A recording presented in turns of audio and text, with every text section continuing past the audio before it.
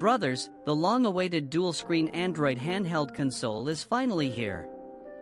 The one I have in my hand is the #1 Fontang ONEXSUGAR handheld console jointly produced by #1 Book and Fontang, model Sugar. Not only does it have a deformable body design, but it is also the first echelon of powerful Android handhelds in terms of performance. This can be said to be the most complicated handheld I have ever used. There is no best. It is covered with complicated designs such as hinges, magnet buttons, etc. This is why it has not been released yet. The official has been polishing it. The one I have in my hand is not the final version. The appearance, keys and other details may be different from the final version.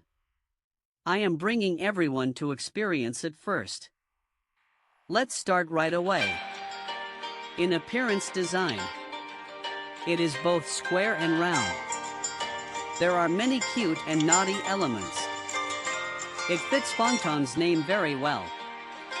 In horizontal handheld mode, it looks square when viewed from the front, but the lower part of the fuselage made into a semicircular arc design. There are many cute logo elements on the body. A oak symbol including key. Even this screw hole position. All have special designs. Logo on both sides of the lower front. Make holes for 2 speakers. All with bright silver borders. Practical performance. Everyone can feel it. Back of fuselage.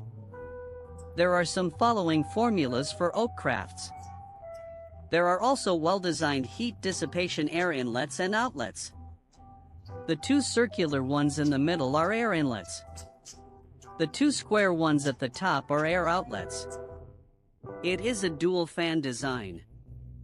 When setting the maximum fan speed, fan noise is over 42 decibels. The air volume is not too large. This blue light is the battery indicator light. It turns red when charging. Will turn green when full. These areas include the logo and speakers below the front, plus the volume keys and power key on the right side of the top. All use bright silver poison spray technology. However, the final version may be different. Full rocker RGB aperture on the front, and RGB lights on both sides of the fuselage. Instantly improve the gaming properties of your machine. Lighting effects and brightness can be customized in the headlights. Interface aspect. At first glance it only has a fully functional C port on the left side of the bottom. The current charging power is about 18 W. I don't know if the official version will be able to support 45 W fast charging. When you open the right handle, a TF card slot will be revealed. After opening the handle, the power button and volume button on the top will be blocked. The official solution is to add another power button and volume button. They are hidden on both sides of the fuselage covered by the handle. Turn over the handle to reveal it. The volume keys are in the form of a scroll wheel. The retro flavor comes right away. This roller can not only roll. You can also press down to mute the sound. The volume wheel also has a microphone opening this time. You can feel the actual radio performance. Let's focus on its transformation gameplay below. We can open the secondary screen through the gap reserved below. This gives you the first variant of it. The secondary screen will automatically light up when opened. At this time, the 2 screens can be used independently. The large screen below is considered the home screen. We can watch videos on the secondary screen while playing games. The sounds can be played together.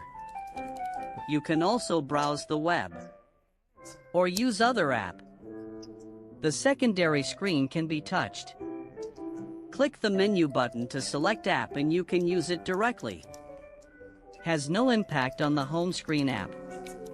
But I tested opening 2B stations. Only one video can be played at the same time. We can also swap the main and secondary screens with one click in the previous section. More flexible. However, there is currently no way to use gesture control on the secondary screen. We can use the return key on the fuselage. Implement return operation. Long press to return to the main menu. When we turn over the handles on both sides, turn the fuselage upside down. A DS handheld console was born. At this time we can still do the same as before. Use two screens independently. But the most important gameplay.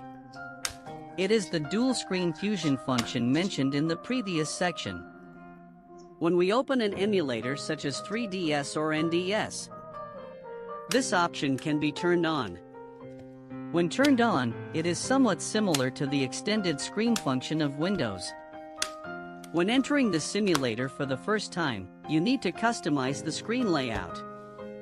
Very simple. Just drag the window to the right into the secondary screen. Then drag the corners to adjust the screen size. You no longer need to readjust when you enter the game later. Because the proportions of tens of thousands of main screens and secondary screens are not conventional. They were 18:9 and 8:7 respectively. If you want to display it in full screen when playing 3DS, requires some stretching. The screen looks something like this. The ratio of the secondary screen is relatively close and the perception is not strong. If you don't want the screen to stretch, you can also adjust it to a ratio that is more comfortable for your eyes. Then enable the one-click mask function in the front end. We can choose 16:9, 3:2, 4:3. Home screen mask in 3 proportions. Mask image can be selected. You can also add custom. It feels more comfortable to play this way. However, the current mask function should not be suitable for the secondary screen. In addition, this mask is a global mask. When we exit the game, need to call out the front end again to see close mask. Fortunately, this front-end software is at the top. Screen mask can be covered after calling out. You can also play like this in the NDS emulator. But when adjusting the screen, I didn't achieve full screen display. You can add a mask to the upper screen. Of course, a small black border will be left on the lower screen. I don't know how to set it up. Let's take a look at it. If I remember correctly, this should be the first one on the market. An Android handheld console that can simulate 3DS NDS on dual screens. Not bad experience. Dual screen fusion mode. It feels like logically these two screens are equivalent to one screen. Click on the secondary screen below. The main screen above will not be out of focus. Everything is normal on the home screen below. When we close the secondary screen backwards, the secondary screen will automatically close. If it is not dual screen fusion mode, the app that was just on the secondary screen will automatically run to the main screen and be displayed. Indeed, software joint training has been achieved. And when we only flip the secondary screen without touching the screen, the various operation logics of the hand screen remain unchanged. When we turn over the screen, the controller's buttons and joysticks will be automatically remapped. You can operate it by just turning it upside down. Does not follow any settings? There are also RGB lights on the inside and outside of the handle. It's just as cool when you turn it over. It is worth mentioning that the design of this shoulder button is quite interesting. In horizontal state, The larger one on the outside is R1 R1. The one with the inner protrusion is R2 R2. Although it is arranged horizontally. But it can be controlled with the index finger. Press the outside of the joint. Tap the inside with your fingertips. Acceptable. When we switch to dual screen, the original inner protruding buttons moved outside. The key value automatically becomes L1 R1. Just now the buttons on the outside were moved to the inside. The key value becomes L2 R2. But now press it. It's not as comfortable as it was just now. High on the outside, low on the inside. But I think the official has arranged this form. Do your best. Practice using this staggered pressing method. It is possible to basically avoid accidentally touching it. The design of this key is still very clever. A bit interesting. The cross key design is equally clever. Using this magnetic design.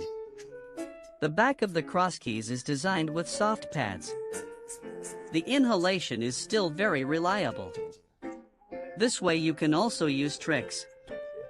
If it is too intense, the keys may break. When we transform into a dual screen handheld machine, just remove the cross key. Just go to the other side. However, the one I have may have incorrectly installed magnets.